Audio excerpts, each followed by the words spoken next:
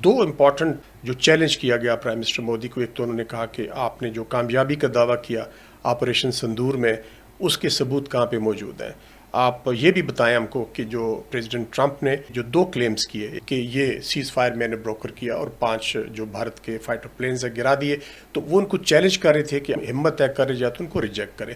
This is how it unfolded in the Indian parliament. نہ صرف Indian parliament میں بلکہ even the Indian military is now coming out. اور general جو ان کے سی ڈی ایس ہیں جنرل انیل چوہان، انہوں نے تو باقاعدہ 7 جہازوں کا خود کہا ہے. ہم 6 جہازوں پہ رک گئے تھے. کوشچن تھے بڑے لیجیٹیمیٹ تھے اور گورنمنٹ شوڈ کم کلین. بات یہ ہے کہ یہ سارا جو آپریشن انہوں نے سوانگ رچایا ڈے 1 سے، اپریل سے لے کے اب تک، اور ابھی تک وہ اس کی کھٹائی کو جو ہے وہ ان کا منہ کا مزہ خراب ہوا ہوا ہے. ان کو سمجھ نہیں آ رہی کہ کس طریقے سے اس کو ہم ریکلیم کریں، کیونکہ وہ سب کا سب فالس تھا اور وہ اتنی دفعہ گھسی پٹی اسکرپٹ تھی کہ اس دفعہ اپوزیشن بھی جو ہے they started to talk about it, کیونکہ ان کو اس چیز کا احساس ہوا ہے کہ انہوں نے مودی حکومت نے اور جو گودی میڈیا تھا، ان ساروں نے مل کے ملک کو ایک ڈیزاسٹر کے برنک پہ لے آئے ہیں.